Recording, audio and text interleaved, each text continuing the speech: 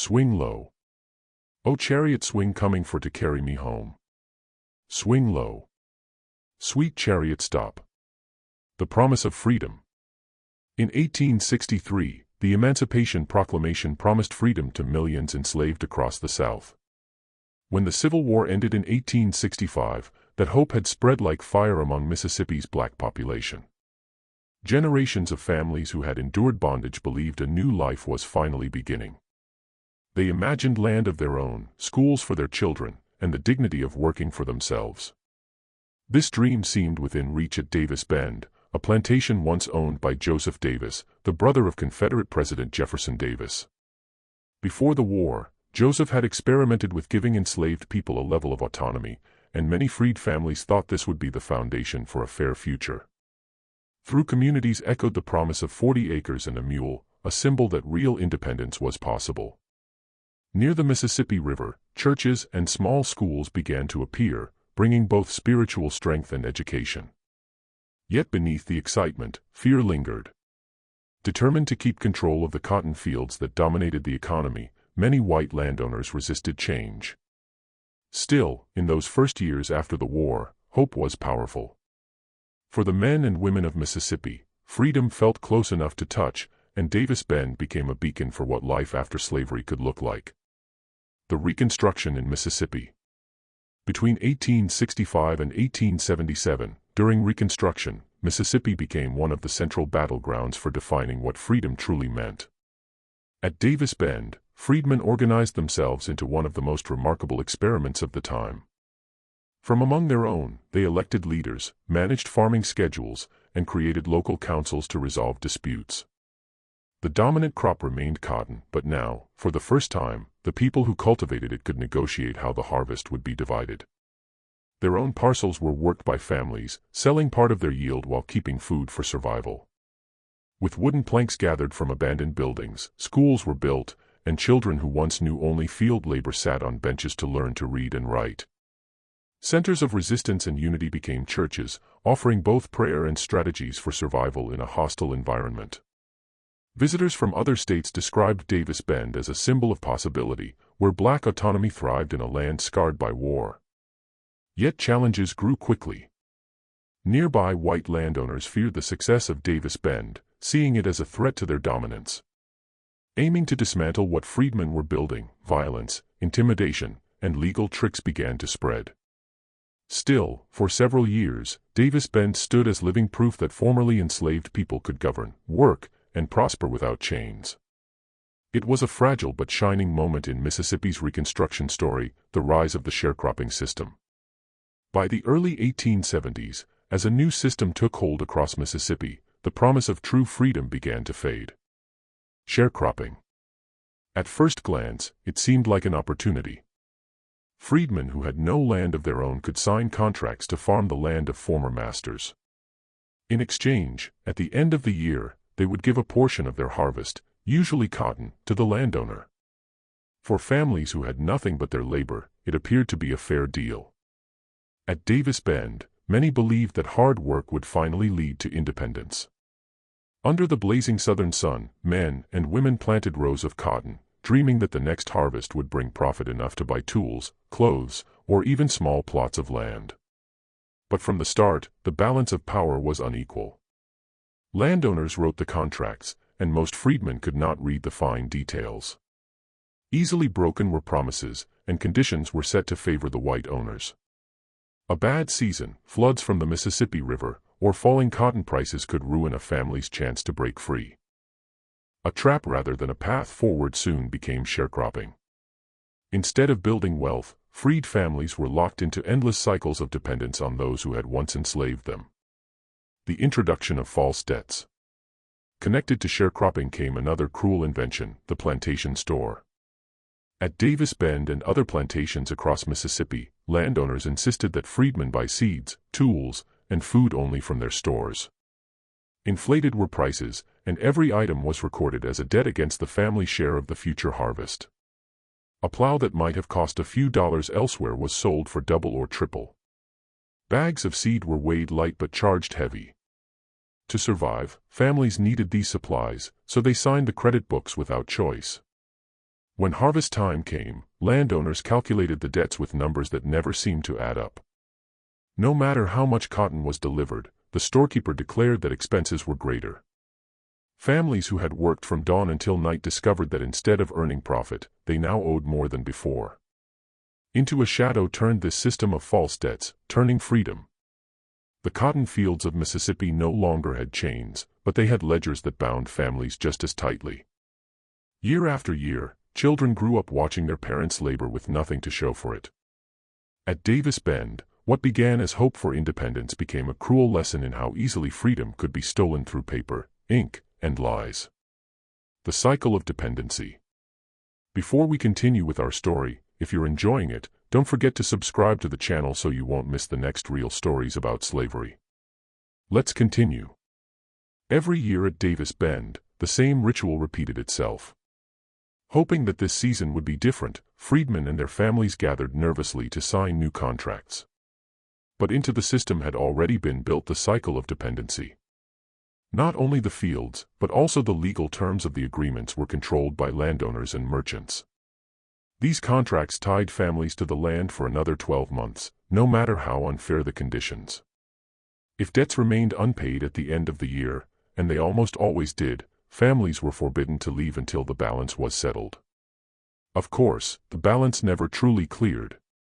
The books of debt were manipulated with costs added for tools that broke, interest charged on unpaid seed, or even penalties for imagined laziness.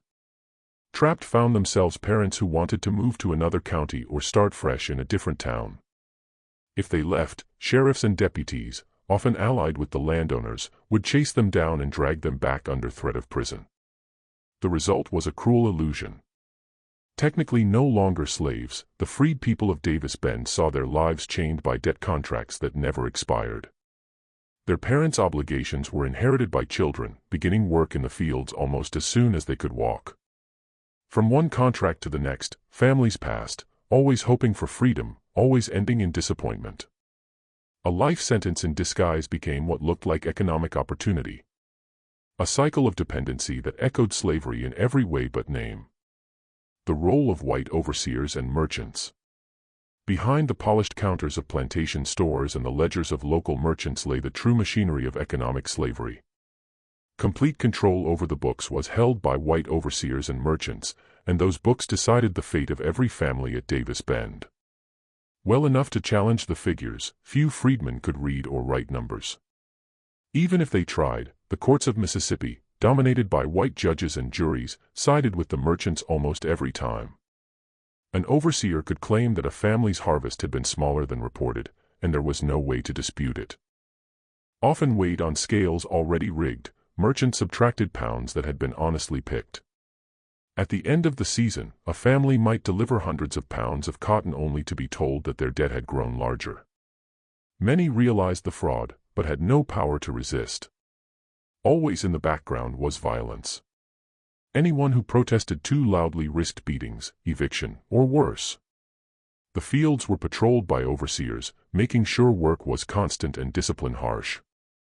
Merchants, meanwhile, extended credit on purpose, ensuring that no family could ever fully pay. Deliberate was this manipulation of records, a calculated effort to maintain control. Together worked the paper contracts, the store accounts, and the false weights to create a prison without walls. Davis Bend became a place where hope was constantly drained, where families were tied not by chains of iron, but by numbers written in ink impossible to erase. The broken promises of land ownership. When the Civil War ended, across the South like a sacred promise spread the phrase 40 acres and a mule. For the freed people of Mississippi, land meant everything: independence, stability, and the chance to provide for future generations. At Davis Bend, many families believed that this promise would finally give them the soil they had worked for decades without pay. They imagined planting not just cotton for sale, but corn, beans, and vegetables to feed their children. Owning land meant no more begging merchants for credit or living at the mercy of a plantation store. Yet the promise never came. Instead of land being distributed to freed families, much of it was returned to the very men who had supported the Confederacy. Wealthy white landowners reclaimed the plantations, including areas near Davis Bend, and quickly pushed freedmen back into labor contracts. Those few who tried to buy land faced impossible prices or were cheated by false deeds and corrupt officials. Unless debts were signed, mules, tools, and seed were withheld, ensuring that no family could plant without owing more than they earned. Another cruel illusion became the dream of land ownership, so powerful in the years right after emancipation. At Davis Bend, hope turned to despair as families realized they would never be allowed to own the fields they had plowed for generations. Instead of building independent farms, they were forced back into a system where the soil itself became a weapon against them. The legal system in Mississippi that sided with landowners. For the freed people of Mississippi in the 1870s, the courtroom was no place of justice. Controlled by white lawmakers, judges, and sheriffs who worked hand in hand with landowners and merchants was the legal system. At Davis Bend, when families challenged unfair contracts or false debts, they found doors closed before the trial even began. A freedman could present witnesses or proof that he had delivered more cotton than recorded, but the judge would dismiss his words as worthless. Little weight against that of a white merchant carried the testimony of a black man. Court clerks delayed hearings, imposed heavy fees, or simply ignored petitions altogether. Without hesitation, sheriffs enforced eviction orders, dragging families from their cabins if they dared to resist plantation authority. Not only by the plantation store, but by the laws themselves was debt peonage reinforced. Mississippi statutes allowed landowners to seize harvests, livestock, or tools to satisfy debts that were often invented in the first place. Those who fled the system were hunted as contract jumpers and sometimes jailed until forced back into the fields. A shield for those who profited from exploitation and a weapon against those who sought freedom became the legal system.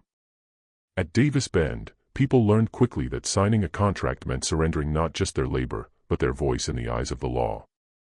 Another stage where the old power of slavery was dressed in the new clothing of legality became the courtroom, instead of protecting the rights of the newly freed. The generational impact. By the year 1873, the tragedy of Davis Bend was no longer just about the men and women who had once been enslaved. It had begun to shape the very lives of their children. From the moment they could carry a water bucket or pick cotton from the stalk, children were pulled into the cycle of labor. Parents often hoped education would be their escape. But schools in Mississippi were underfunded, targeted by hostile neighbors, or destroyed by white supremacist groups who saw literacy as a threat. At Davis Bend, children learned quickly that their future was already written in the debt ledgers of the plantation stores. When parents died or grew too weak to work, their children inherited the unpaid balance, binding them to the same land. Even marriage did not break the cycle. Young couples often discovered that both families carried debts which merged into a larger obligation. Crushed were dreams of moving away, finding work in nearby towns like Vicksburg or Natchez, by sheriffs who tracked debtors and returned them to the fields.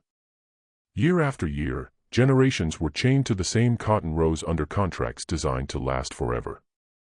For the children of Davis Bend, freedom was something spoken about in church sermons and whispered at night, but never truly lived. From father to son, from mother to daughter passed the weight of false debts, until it became not only an economic system, but a way of life. The plantation economy had found a way to turn freedom itself into an inheritance, and it was an inheritance of bondage. The slow collapse of Davis Bend's vision. A beacon of progress had once been imagined as Davis Bend. Freed families believed it could prove to the nation that black communities were capable of self-rule, prosperity, and independence. For a brief moment, it worked. Schools were built, churches were filled, and families organized their own councils. But by the mid-1870s, the pressure of debt, the manipulation of merchants, and the hostility of white neighbors crushed this vision. Unbearable became the false debts, draining any chance of profit from cotton harvests. Many families fled, some moving north along the Mississippi River in search of better opportunities, while others disappeared into nearby towns as wage laborers.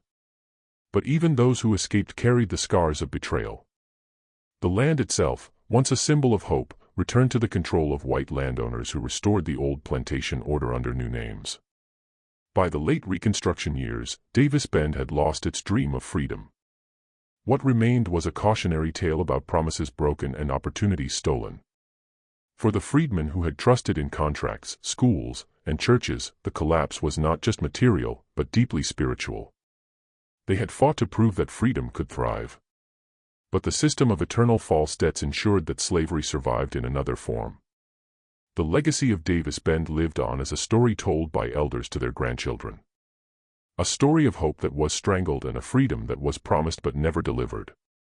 It stood as proof that the end of slavery in law did not mean the end of slavery in practice.